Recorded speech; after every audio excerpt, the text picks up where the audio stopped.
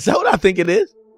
I ain't trying to point it out because they won't call me police, chat. And then, after that, he start fussing with the dude. So he hit him with that K and knocked him out of here. That went through hell for 5 years for having a gun. As soon as he now clear, guess what he back to doing? Yeah, this is a that can't lie. The more they lock YB up, the tougher he get.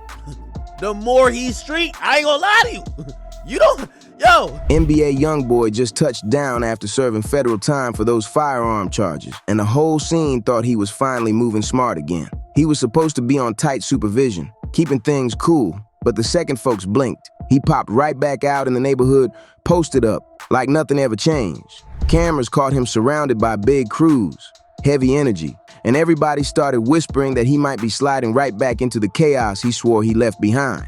Behind all them platinum plaques and billions of streams, people forget that Kentrell Gaulden spent years fighting federal cases, stressing in courtrooms and dealing with investigators who wanted him gone for good. He took a plea, did his time, and was expected to stay low-key. But then one signature from Donald Trump wiped that whole slate clean. The second that news hit the streets, folks started panicking like he might wild out harder than before because suddenly he had no chains holding him back. Now let me walk you through exactly how everything went down. From the moment he first got jammed up to the moment the president himself stepped in and flipped his whole future. This whole story got the streets shaking and the music world locked in because the mix of legal drama, political power, and industry influence is something nobody saw coming. This situation got everything: firearms, presidential pardons, massive arena shows, and the biggest question floating around right now: is YoungBoy really about to crash again? Or is this just the next crazy chapter in one of the wildest comeback stories hip-hop has ever seen? But before we go deeper, let me break something down real clear. Social media been going nuts saying YoungBoy is flashing firearms again, moving like he used to, and sliding right back into the same dangerous patterns he swore he was done with. People online are arguing nonstop, some saying he's just living his life, others saying he's risking everything all over again, and nobody can agree on what's really going on. Top, they grew up with a dude until you noticed one day he thought hating was cool. And then, after that, he start fussing with the dude. So he hit him with that K and knocked him out of here. Fans are going crazy, critics are stressed, and the whole culture is watching every move like it's a live show happening in real time. People keep arguing, guessing, and acting like they know the truth. But we about to break everything down for real and separate what's solid from what's straight up noise. We're talking legal facts, street impact, and what this moment means for one of the most talked about figures in rap. May 28, 2025.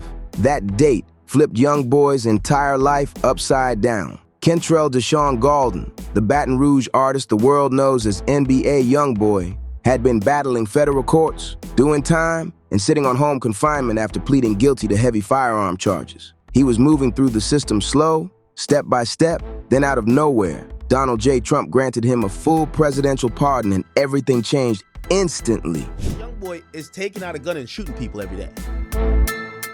YoungBoy understands the perception of him, right? Not saying he's not like that. He's not like that either. But he understands the perception. His fans wants to see the shit. You get what I'm saying?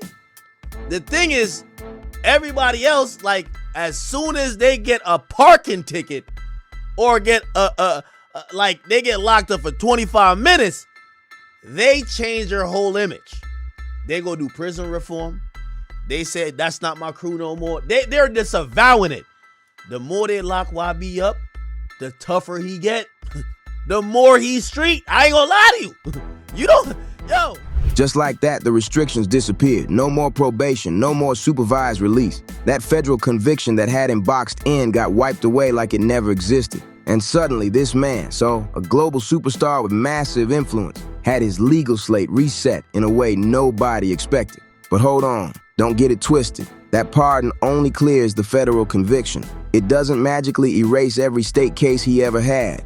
And it doesn't rewrite his whole criminal history. It doesn't give him a shield against future charges. And it definitely doesn't turn him into someone the system can't touch. Anyone thinking he's invincible now is fooling themselves. But here's where things start getting real wild. Since the restrictions tied directly to that federal case are gone, people started whispering and watching him extra close. Fans, bloggers, and even folks in the legal world are asking the same questions. Is he carrying again? Is he stepping back into the lifestyle that got him locked up before? Or is he actually trying to flip this into a real second chance and move clean this time? Things are heating up fast, so let's get into it. 2020. Picture the scene in Baton Rouge, Louisiana. NBA YoungBoy and his crew are out there shooting a music video, doing regular artist grind, getting footage for the fans, and keeping their momentum alive. Everything seems normal until suddenly law enforcement pulls up out of nowhere, and what they claim they found turned the whole situation upside down instantly. Authorities said YoungBoy and multiple people around him were allegedly holding firearms while he was already a convicted felon. For YoungBoy, this wasn't some small-time issue or something he could just walk away from. This wasn't state-level drama. This was federal. And in the federal system, things hit way harder. Being a felon in possession of a firearm carries serious weight, and everyone knew the situation just got real for him fast. Fast forward to August 2024. After years of court battles, stress, delays, and legal pressure, YoungBoy and his team decided to switch strategies. They agreed to plead guilty to the federal weapons charge. But here's where the move shocked everybody. They had the whole case transferred from Louisiana to Utah. Why Utah? Simple. It was a legal chess move. His lawyers were trying to find the best path to a resolution without risking a long trial that could have dropped even harsher consequences on him. It was a gamble, but it was calculated and meant to finally bring some stability after years of uncertainty. Then December 2024 hits, and the moment of truth lands like a hammer. The sentencing comes down. About 23 months in federal prison, 5 years of supervised probation after he got out, a $200,000 fine, and mandatory surrender of every firearm connected to the case. This wasn't just paperwork being stamped. This was the government laying out the consequences clearly.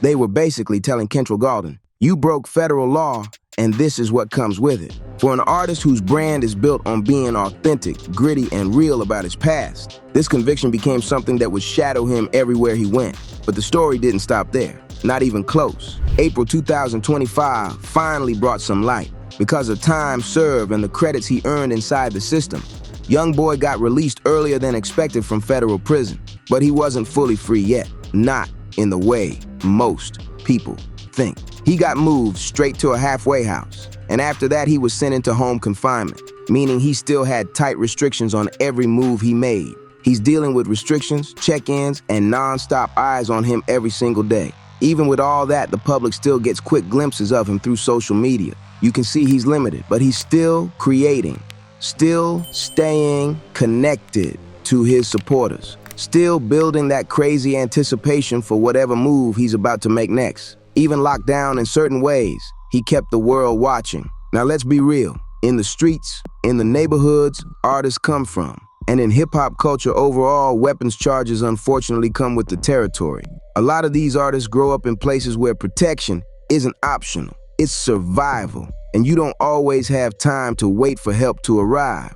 We've seen huge artists go through the same thing, from Lil Wayne to T.I., from Meek Mill to Playboi Carti. It's turned into an ugly but familiar pattern in the industry. But NBA YoungBoy's situation hit different because of who he was, how big he had become, and the timing of everything. This wasn't just another rapper catching a case. By the time law enforcement came for him, he had already turned into one of the most streamed artists in the entire country. His numbers were climbing past mainstream heavyweights, and sometimes he was outstreaming the biggest names in the game without even trying. His YouTube was going wild, his independent drops were charting with no massive label push, and his fan base was locked in on everything he said or posted. Every picture, every song, every message, they treated it like a major announcement. So when legal trouble hit him, it didn't stay personal. It turned into a cultural conversation happening in real time with millions of people watching. Then came the moment that flipped the whole storyline in a way nobody saw coming. May 28, 2025, Donald J. Trump grants NBA YoungBoy a full presidential pardon. This wasn't a rumor. This wasn't social media gossip. The White House confirmed it officially. Major outlets, from XXL to ABC News, started blasting out the story, and everybody realized the moment's weight immediately. That's some wild power right there. Just think about what that means. A sitting U.S. president using his executive clemency authority to clear a rapper who was convicted of serious federal firearm charges. It was something the industry had never seen at this level, and it shook the culture instantly. This was a full pardon for someone whose music has always touched on the same lifestyle that once got him convicted in the first place. And this wasn't no halfway forgiveness either. This was a complete wipeout. Reports said his probation was gone, his supervised release was over, and every restriction tied directly to that federal case got erased. Legally, it was like the conviction never existed in the federal system at all. For his future federal consequences, this was a total reset, a clean slate handed to him not by a judge or a jury, but through raw presidential power. But here's where the whole situation turns way deeper than just a celebrity getting a lucky break or a feel-good comeback story. The pardon sparked a storm instantly, and the conversation went way beyond NBA YoungBoy's name. Critics were loud, questioning why a wealthy entertainer got clemency when thousands of non-violent people with the same or even lighter charges are still stuck in the system with no shot at a presidential handout. Some people believed it was pure political strategy, Trump trying to tap into hip-hop culture, reach younger black voters, and create a headline moment that would shake the internet. But on the flip side, the hip-hop world had a lot of folks cheering. Some major artists said this was exactly the second chance YoungBoy deserved, that his impact and talent made him worth investing in, and that clearing his record would give him the freedom to grow without that federal weight pulling him down anymore. The conversation quickly turned into something bigger, a whole debate about criminal justice and how society decides who gets another shot at life.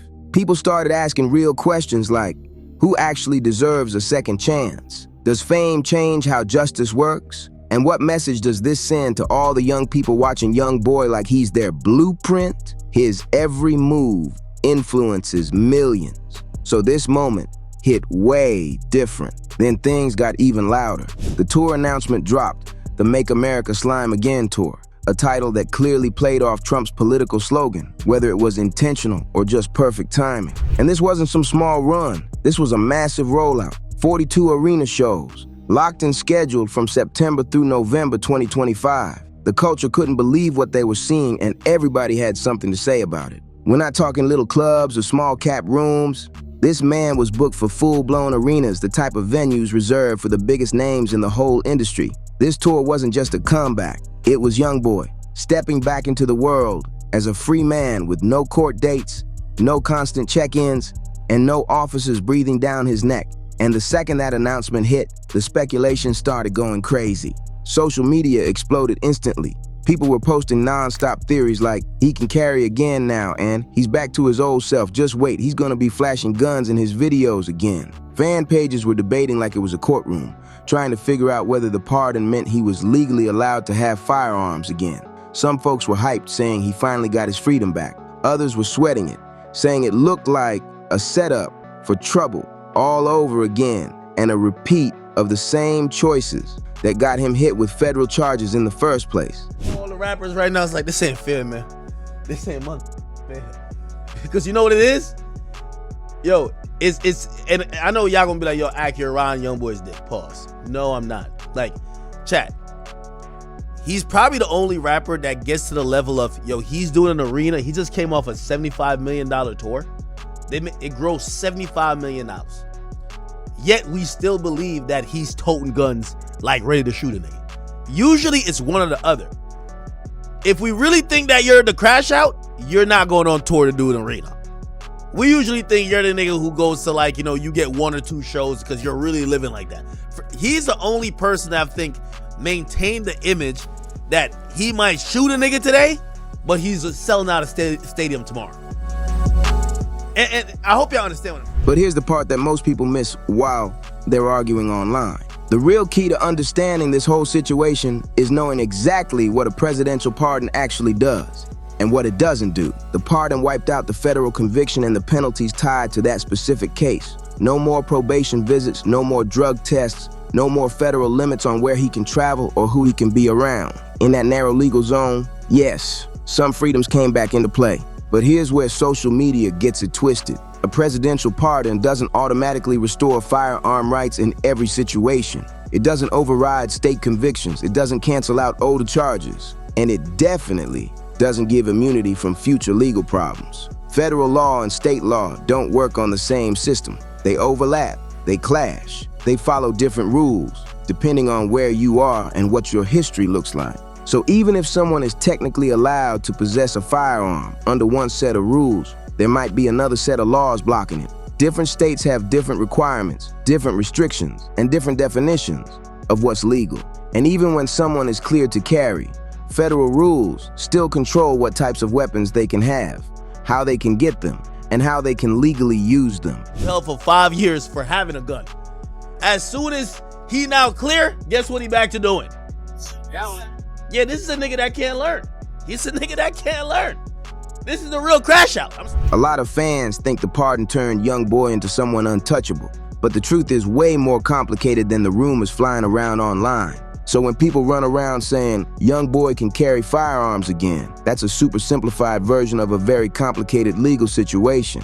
Could he possibly be allowed to legally possess certain weapons under specific conditions now that the federal conviction is pardoned? Maybe, but that depends on the state he's in, his past record, and a whole bunch of legal factors that aren't as simple as social media makes them sound. But here's the bigger question: even if he could, does that mean he should? Is that a smart move considering his history, the spotlight on him, and the way every single thing he does gets magnified across the internet? That's a whole separate conversation. And one thing is guaranteed: that pardon does not make him untouchable. If he violates any laws, he can still be charged, arrested, and prosecuted just like anybody else. Kind of like, you know what I mean, like Double Dutch, like, yeah, I ain't gonna lie, I'm about to stop the violence.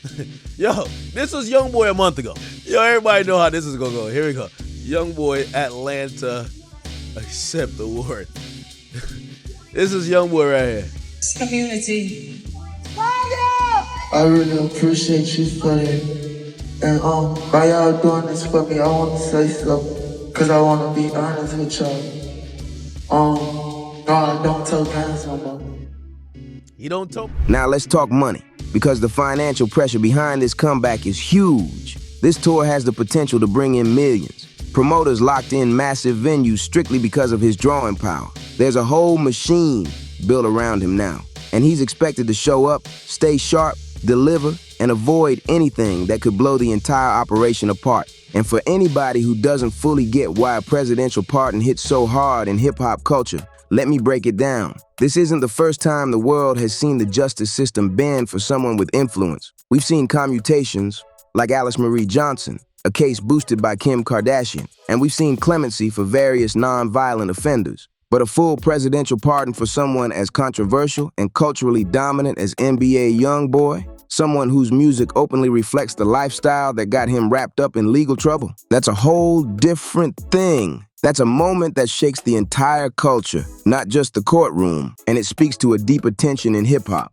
the fight between showing growth versus staying connected to the environment that shaped your voice. When an artist gets successful and steps back from the struggle, people start calling them soft, saying they're out of touch with the streets. But when they keep those same street ties alive, even after the fame and money come in, they end up risking everything, falling back into legal trouble and repeating the same painful cycles. A lot of artists have been caught in that trap, and YoungBoy's pardon puts him right at a major crossroads. This moment isn't just about his personal choices. It's tied into bigger conversations about criminal justice, hip-hop, fame, responsibility, and how you move when the entire world is watching your next step. Thousands of people are locked up on similar charges every single year, but they don't get headlines, they don't get presidential attention, and they definitely don't get a spotlight big enough to sway public opinion. They deal with the same stress, the same fear, the same consequences,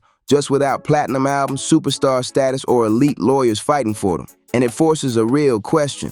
Does talent create a different level of justice in this country? From a public safety angle, the whole thing gets even heavier. Gun violence hits neighborhoods hard, and federal firearm laws exist to keep people with violent pasts away from weapons. So when someone as influential as NBA YoungBoy, someone whose music has always tapped into the same lifestyle that led to his charges, gets pardoned, people ask what message that sends to communities already dealing with the fallout. Boy's back on his, you know what I mean, pistol toting, doing his thing, you know what I mean? Eventually he'll get back to stop the violence, but not right now, okay? Not right now, okay?